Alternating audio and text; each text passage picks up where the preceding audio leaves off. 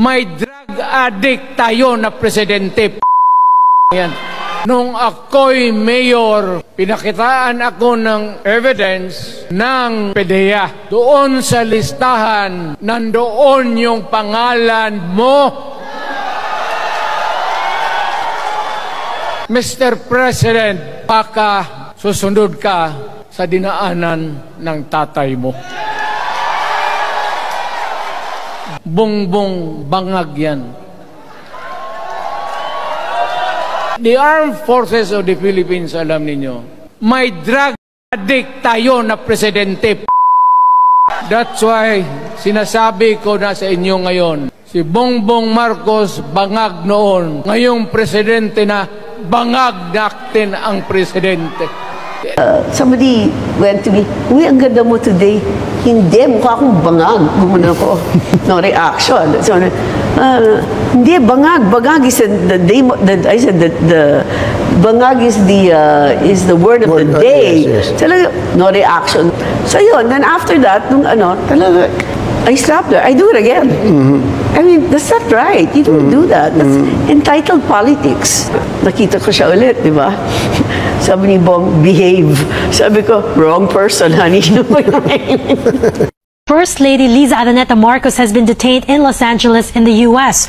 The Presidential Communications Office said there is no truth that Mrs. Marcos was held by law enforcers in LA or anywhere else. Bilang senador, bilang kapatid, bilang Pilipino, batid ko na nagdadag siya.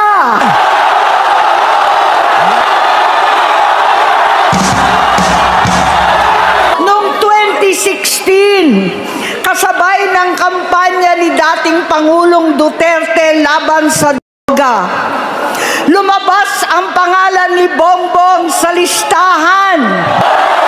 Nakasama siya sa listahan ng mga celebrities, mga artista at iba pa. Kinumbinsi ko pa si Bongbong, pakasalan mo na si Lisa.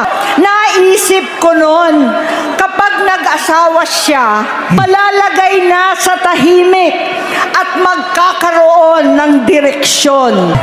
Ang laki ng pagkakamali ko.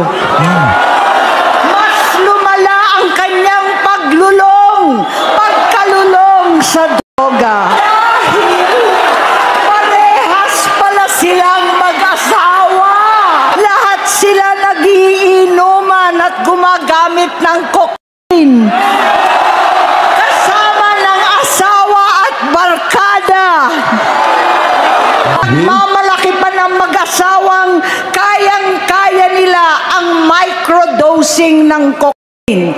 Hati-hatiin daw para 4 na beses sa isang araw.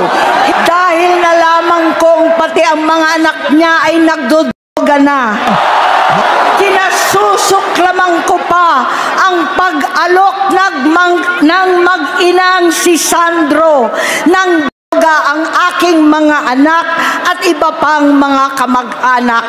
Yan ang hindi ko na mapapalampas. Dahil